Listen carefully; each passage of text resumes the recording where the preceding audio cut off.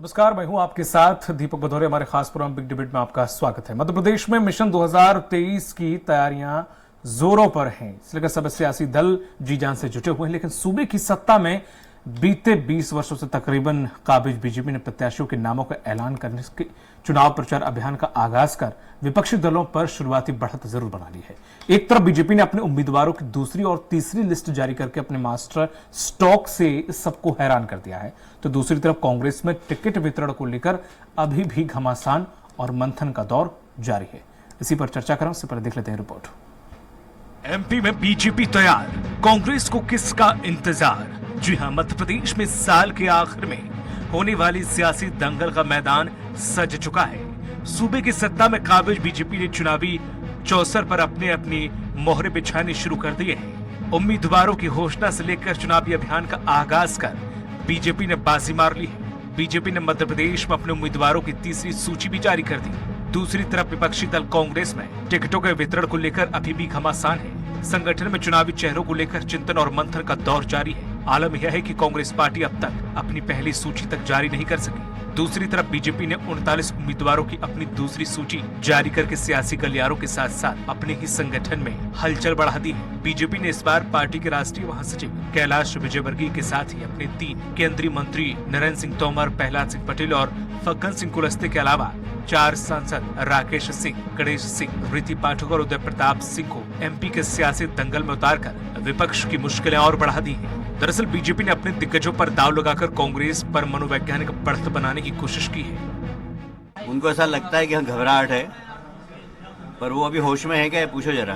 पूरी कांग्रेस बेहोश पड़ी है जैसे दूसरी लिस्ट आई वैसे। और अब चुनाव के बाद ही होश आएगा सबको, क्योंकि जो हमारे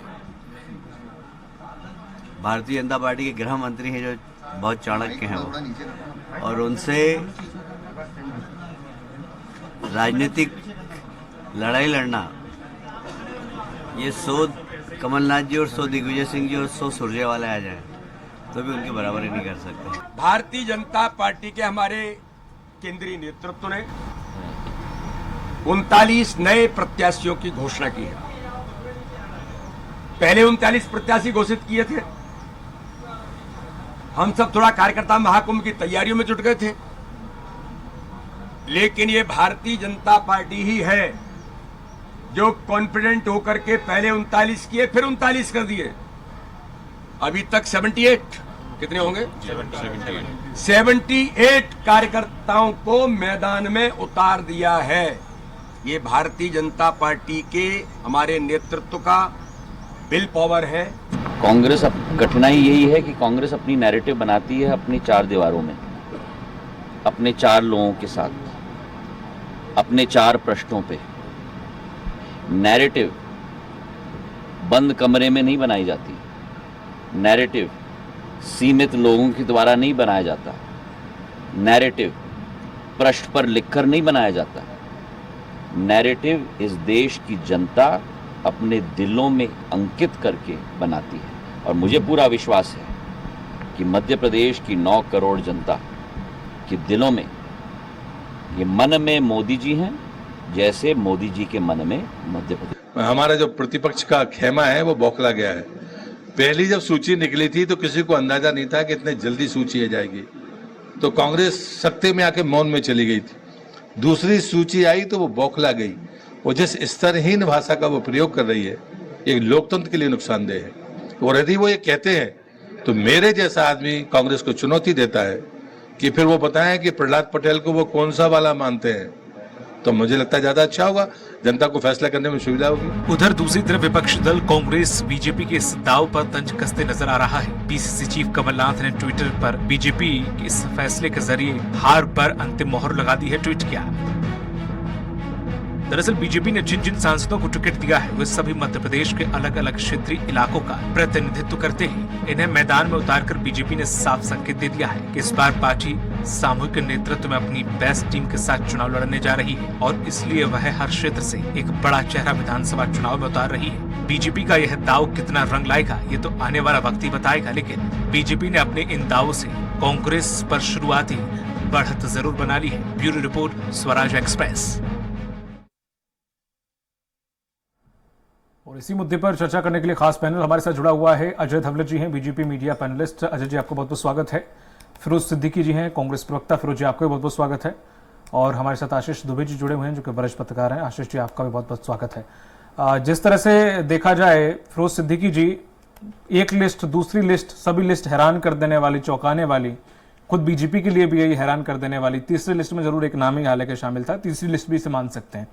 आपकी तरफ से कोई लिस्ट नहीं आ रही, कोई नाम नहीं आ रहा, क्या वजह क्या है? अंतरकलह अभी भी दूर नहीं हुई कि अब तो चुनाव के नजदीक आ गए हम लगभग? आप बताइए हमारे अंतरकलह कौन सी है? कब हमारे यहाँ किसके बयान आए हैं? किसको क्या परेशानी है? पूरी पार्टी अभी जन आक्रोश यात्रा निकाल रही है, और हमारी जन आक्रोश यात्रा देख लीजिए, उनकी जन आशीर्वाद यात्रा देख लीजिए। और मोदी जी तो ये बताएं कि उन्होंने केंद्रीय मंत्रियों को चुनाव मैदान में अभी से उतार दिया, तो क्या कृषि मंत्रालय जो किसानों का मंत्रालय है वो किसके भरोसे है? भगवान भरोसे है क्या? क्या फग्गन सिंह कुलस्ते का मंत्रालय वो भगवान भरोसे है क्या? क्या प्रहलाद पटेल का जो मंत्रालय है वो भगवान भरोसे है क्या? सवाल यही है ना। अभी तो सूची में नाम ही तो आया है, अभी प्रभार थोड़े ना छोड़ दिया सिद्दीकी जी। हाँ, तो नाम ही आया, तो नाम लिखने से क्या होता है? क्यों नहीं हो? नहीं, तो अभी तो कौन सा प्रभार छोड़ दिया क्या उन्होंने? अरे देश के केंद्रीय मंत्री हैं वो, तो प्रभार कहाँ छोड़ा? देश के केंद्रीय, हाँ तो वही तो हम पूछ रहे हैं ना कि उनको, वो अगर चुनाव में जा रहे हैं तो उनको प्रभार छोड़ देना चाहिए। आपकी क्या वजह है कि कोई लिस्ट आ ही नहीं रही है? सब यही सवाल पूछ रहे हैं, विपक्ष भी आपको यही सवाल पूछ रहा है, बीजेपी बार बार ये पूछ रही है कि आप क्यों नहीं कोई लिस्ट निकाल रहे? आचार संहिता लग गई क्या? नहीं, तो लगने के बाद निकालेंगे। तारीख है क्या? नहीं तो तारीख है क्या आपके पास कि किस दिन फार्म जमा होंगे? बता दो हमको, तो हम फिर आप बता दो कि कल हो रहे हैं तो हम अभी लिस्ट रात में जारी कर देते। कुछ तो वजह होगी ना, वो वजह बताइए आप तो। नहीं, वो हमारी सिंपल सा वजह बताइए ना कि पार्टी का पक्ष क्या है। नहीं तो ये बताए बीजेपी ने 230 क्यों नहीं कही? आप वजह बता दो, हम अपनी वजह बता देते हैं। पूरी 230 क्यों नहीं आई उनकी? वो मैं बीजेपी के प्रवक्ता से सवाल पूछ लूंगा। आप अपना तो आंसर करें। पूछिए ना। नहीं तो आप तो वही पूछिए ना। आप वजह तो बताइए कि हाँ ये दिक्कत आ रही है, हम ये सोच रहे हैं, हम ये नहीं सोच रहे। ये तो आप क्वेश्चन कर रहे हैं, आप यहाँ अपनी पार्टी का पक्ष रखने के लिए।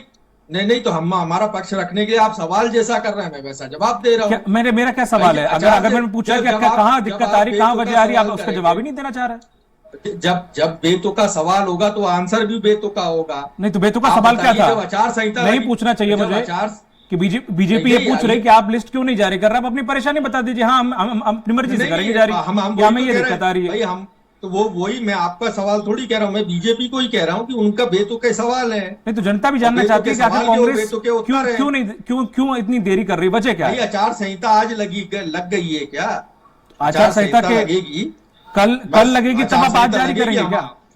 नहीं, हमारी आचार संहिता लगेगी, आचार संहिता के बाद हम बिल्कुल जारी कर देंगे हमारी लिस्ट। हमको पता है कि हमारे किस हिसाब से हमको लिस्ट जारी करना है, हमारा पूरा कैलेंडर बना हुआ है। अब हमारी जन आक्रोश यात्रा खत्म होगी, उसके बाद हमको 3-4 दिन लगेंगे, और अगर इस बीच में आचार संहिता लग जाएगी तो हमारी भी सूची आ जाएगी। चलिए ठीक है, हालांकि आप नहीं दे रहे जवाब, तकलीफ क्या है?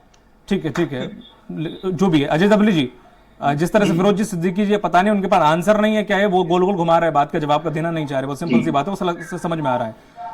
आपकी पार्टी के जो लगातार नामों की लिस्ट जारी की जा रही है, इस पे भी बड़ा जो अभी दूसरी लिस्ट आई है चौंकाने वाली है। आपके खुद जो महासचिव कैलाश विजयवर्गीय जी वो भी कह रहे हैं कि यहाँ थोड़ा सा आश्चर्यचकित मैं भी हुआ जो नाम देख के, लेकिन पार्टी जो भी कर रही है बड़ा सोच समझ के कर रही है। तो इस तरह से चौंकाने वाली लिस्ट, ये कौन सा दबाव बनाने की कोशिश कर रहे हैं या फिर खुद दबाव में इसलिए उभरने की कोशिश कर रहे हैं? दीपक जी, मैं पहले तो फिरोज सिद्दीकी जी को कुछ चीजें बताना चाहूंगा, स्पष्ट कर देना चाहता हूँ कि भारतीय जनता पार्टी ना किसी दबाव में है ना किसी अभाव में है। भारतीय जनता पार्टी की दोनों लिस्टों से आपको समझ गया होगा कि रणनीति कैसे बनाई जाती है और चुनाव में कैसे उतरा जाता है। हम आपको ये कह भी लेते कि थोड़ा सा हमसे भी गवर्नेंस सीख लीजिए कि संगठन कैसे चलाया जाता है। हमारी पहली लिस्ट आई 39 प्रत्याशी की, सारी सीटें हम भारतीय जनता पार्टी हार चुकी थी। अभी कल जो दूसरी सूची आई फिर से 39 प्रत्याशियों की, उसमें की 36 सीटें भारतीय जनता पार्टी हारी है और 3 सीटें ऐसी जहां पे हमने विधायक बदले किन्हीं कारणों से। अब आपको देखना है कि रणनीतिक रूप से आपके जितने भी बड़े नेता हैं, हम उनको उन क्षेत्रों में भेज रहे हैं जहां पार्टी चुनाव हार चुके।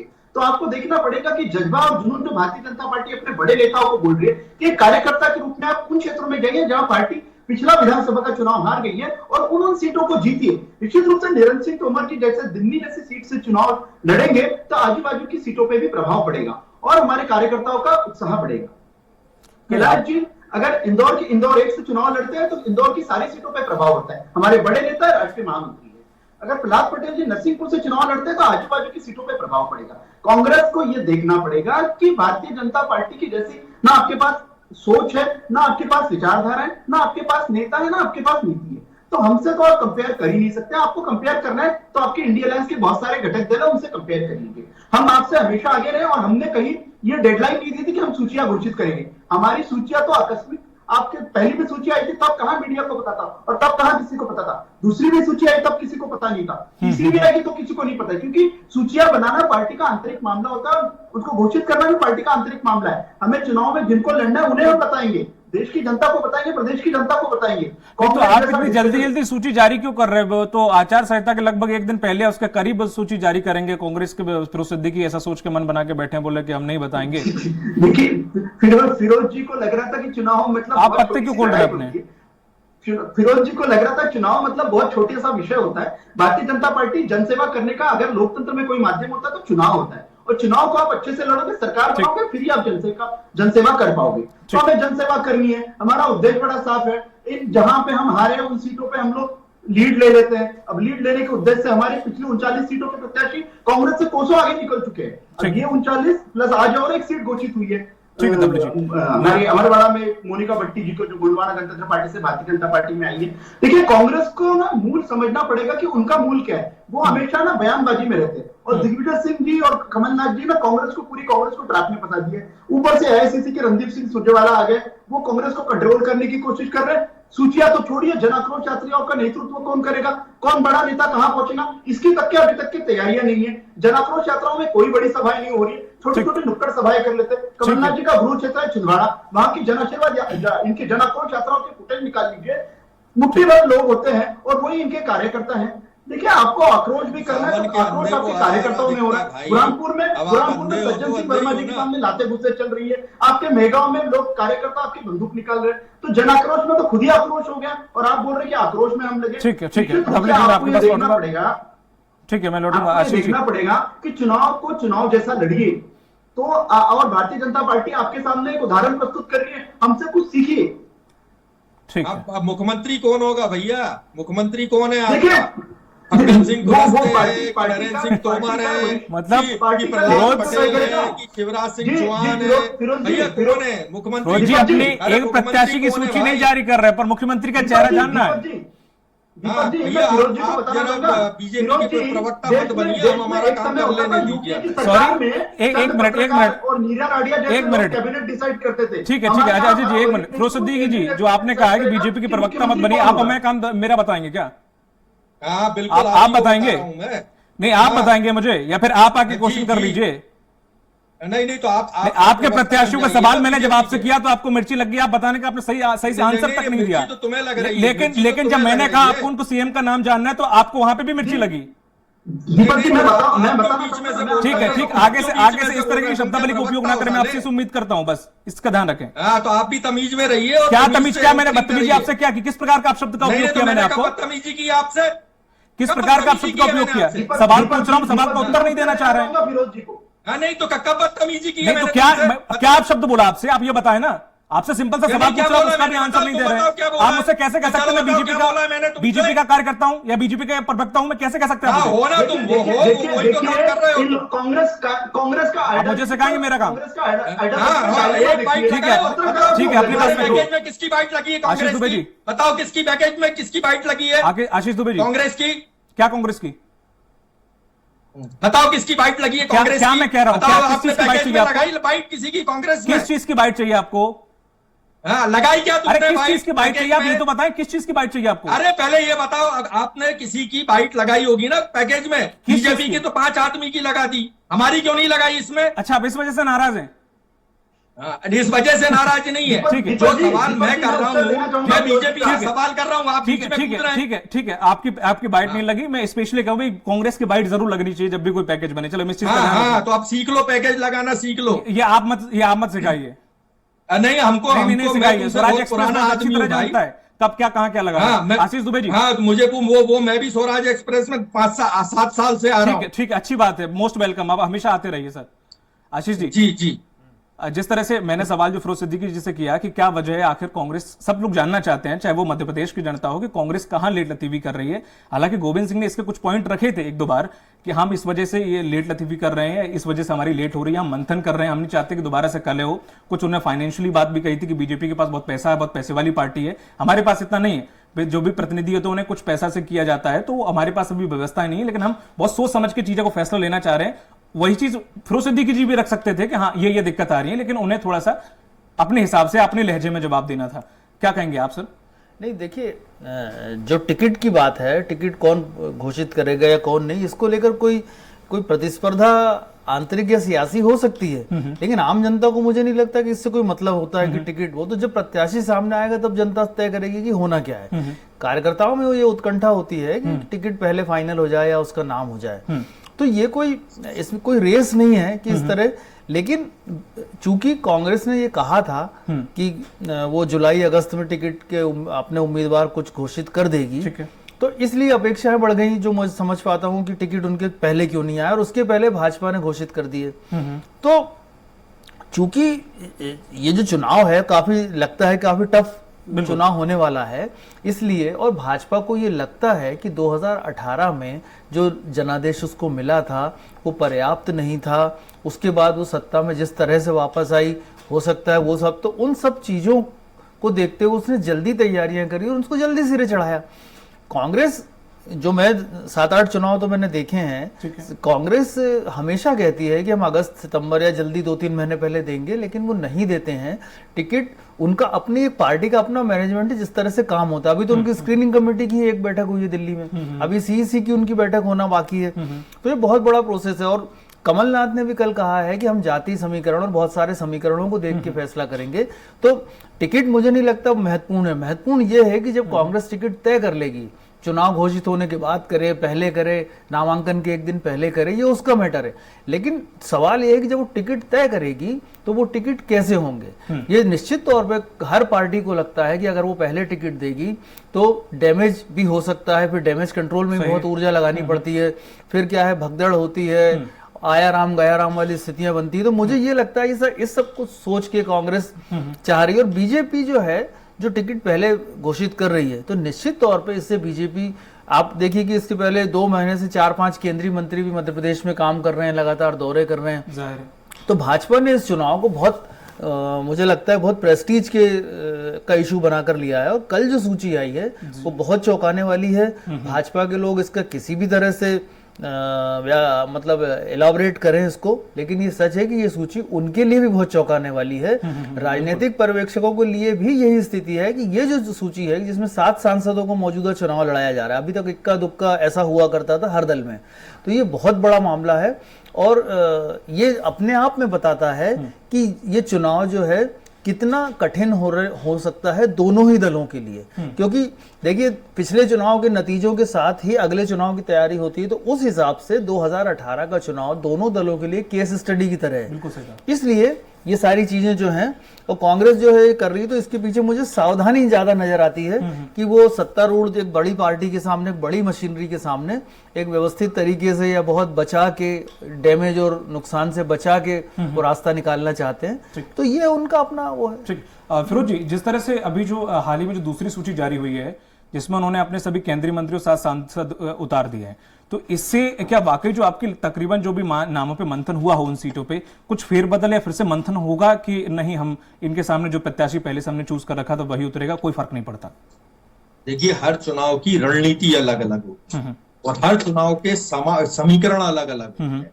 हमने भी हमारी पूरी सूची एक्सरसाइज करके उसको कंप्लीट कर रखी है। सीईसी की सेंट्रल इलेक्शन कमेटी की हमारी एक बैठक हो चुकी। मध्य प्रदेश में हमारा पूरा 230 सीटों का रणदीप सुरजेवाला जी और भंवर जितेंद्र सिंह जी ने बैठ के उसकी पूरी रूपरेखा बना रखी है। सब हमने लोगों से चर्चा कर रखी है। एआईसीसी का सर्वे अलग और प्रदेश कांग्रेस कमेटी का सर्वे अलग, जिला कांग्रेस कमेटी और हमारे प्रभारियों का सबके सर्वे हमारे पास रखे हैं। अब हमें बहुत सारी चीजों में भारतीय जनता पार्टी के सामाजिक समीकरणों के साथ चलना है आगे। दूसरा, अभी हमको बहुत सारी चीजें ऐसी भी हैं कि आचार संहिता लगने के बाद हम उनको देखेंगे और आगे बढ़ेंगे। जिन जिन को हमें चुनाव लड़ाना है वो हमारे सारे कैंडिडेट मैदान में हैं, वो काम कर रहे हैं। लोग एक दिन से तो है नहीं, सालों से वो काम कर रहे हैं। और हमको ये भी ध्यान रखना है कि अगर 4 आदमी टिकट मांग रहे हैं तो एक को हम टिकट देंगे, बाकी के 3 को कहीं एडजस्ट करेंगे। ये सारी कवायद हम कर चुके हैं। अब भारतीय जनता पार्टी 1 महीने पहले एक दी और अब दूसरे महीने पहले दूसरी दी, और उनके यहाँ मैनेजमेंट हो नहीं रहा है। भाग गई वो अर्चना गुड्डू सिंह, कह चुकी कि मैं तो चुनाव लड़ूंगी। ममता मीणा छोड़ के भाग गई, रोशनी यादव कांग्रेस में आ गई, तो और उमा भारती है, या सब लोग हैं। जिस तरीके से उनके चीजें फैल रही हैं, वो 2 आदमी मिलके पार्टी चला रहे हैं। यहाँ हम सबको साथ सामंजस्य बना रहे हैं। जब हम टिकट दे देंगे तो फिर टिकट दे देंगे, और लोग कोई उसमें से हमारी धड़ेबाजी नहीं होना चाहिए, कोई आवाज नहीं आना चाहिए। सब सामंजस्य के साथ मिलके आगे काम करें। इसलिए अभी हमारा थोड़ा सा काम और बाकी रह गया है चुनाव आचार संहिता के आसपास। मैं ऐसा समझता हूं कि हम सूची अपनी जारी कर दें। ठीक है, बड़ी खूबसूरती से आपसे आंसर दिया, यही उम्मीद थी आपसे। एक सवाल और फिरोज जी, कि जिस तरह से कहते हैं कि कोई भी कैंडिडेट होता है उसे वक्त थोड़ा सा चाहिए होता है अपनी विधानसभा में थोड़ा सा लोगों से जुड़ने के लिए, एक फेस जब आता है तो हालांकि आज भी सीएम कमलनाथ ने ऐसा कहा है कि हम इंडिकेशन हल्का सा दे चुके हैं उन लोगों को, तो क्या इस तरह से उन्हें ऐसा नहीं लगता कि थोड़ा सा वक्त कम मिलेगा, या फिर उस तरह से आप प्रिपरेशन करके बैठे हुए हैं कि हाँ भले ही एंड वक्त पे बोले उन्हें पर्याप्त समय मिल जाएगा? जो भी नाम बिल्कुल पर्याप्त समय हम ये ध्यान रखेंगे, जैसा कि एक अखबारों में छप रहा है कि 9 तारीख को आचार संहिता लगेगी। 29 नवंबर को जो है, अभी इलेक्शन कमीशन जानता है, मुझे तो नहीं पता, लेकिन जो एक बहुत सारी चीजें सामने आने लगती है। 29 नवंबर को वोटिंग हुई, तो जब 9 दिसंबर को 9 अक्टूबर को ये आचार संहिता लगेगी, जिसको हमें चुनाव लड़ाना है, मैंने पहले ही कहा वो लोग मैदान में पहुंच गए हैं। अब हम सूची जो है ऑफिशियली घोषित उस तरीके से करेंगे, क्योंकि हमें भारतीय जनता पार्टी के सामाजिक समीकरणों का ध्यान रखना। अब प्रहलाद पटेल आ गए, तो अब हमको उस तरीके से अपनी कवायद करके आसपास की 4-5 सीटों में उस तरीके से चलना पड़ेगा। तो ये कांग्रेस जो है एक एक कूप के कदम रख रही है। कमलनाथ जी का जो अनुभव है, सुरजेवाला जी का अनुभव है, दिग्विजय सिंह जी का अनुभव है, हम इस अनुभव के साथ में आगे बढ़ रहे हैं। इसका मतलब ये नहीं है कि भारतीय जनता पार्टी हमारे ऊपर बेतुके प्रश्न करने लगे कि साहब ये तो सूची जारी नहीं कर पा रहे हैं, इनके घमासान है, इनके असमंजस है। ऐसा कोई भी मुद्दा कांग्रेस में नहीं है। आज की तारीख में हम जितनी लाइंड अप होके और एक नेतृत्व के आगे, मतलब कमलनाथ जी का चेहरा लेके काम कर रहे हैं, वो भारतीय जनता पार्टी नहीं कर पा रही। ठीक है धवले जी, समय चूंकि कम है, संक्षिप्त में उत्तर दीजिएगा। जो आप कर रहे हैं यहाँ पर, जिस तरह से आपने सांसदों को नीचे उतारा है एज अ विधायकी के तौर पे, उन्हें प्रत्याशी बनाया, ये आप एक्सपेरिमेंट कहीं ना कहीं आप बंगाल में भी कर चुके हैं, जहां पर बहुत बुरा रिजल्ट नहीं आया था। और क्या ऐसा कुछ अगर यहाँ पे आया तो जिन विचारों को आपने सांसदों को विधायकी के तौर पर उतारा है, उनका तो लगभग करियर ही खत्म हो जाएगा अगर विधानसभा चुनाव हार गए तो? देखिए दीपक जी, हमने हमारे सांसदों को और केंद्रीय मंत्रियों को हारी हुई सीटों पे उठाया, तो हमारा जज्बा और जुनून तो आप देख रहे हैं। मैं फिरोज जी की एक बात के बड़ा सहमत हूँ। फिरोज जी ने कहा कि कांग्रेस पार्टी का बड़ा कुनबा है। देखिए 50 उपाध्यक्ष और 150 महासचिव है, तो इनको अपना घर संभालना। और फिरोज जी सही भी बात है, पता चले टिकट इधर सूची जारी कर दे और वहां पार्टी में फिर से जनाक्रोश शुरू। धवले जी, घर तो आप संभालने के लिए इतनी बड़ी कवायद कर रहे हैं, ये तो घर संभालने वाली तो आप कर रहे हैं फेरबदल, इधर अंदर भी और लोकसभा में भी। हमारा घर लोकसभा में भी संभला हुआ है। हमारा घर, वो समीकरण तो आप यहाँ पे बिठाने की कोशिश कर रहे हैं इतनी बड़ी कवायद में। 20 वर्षों से मध्य प्रदेश में भी संभला हुआ है।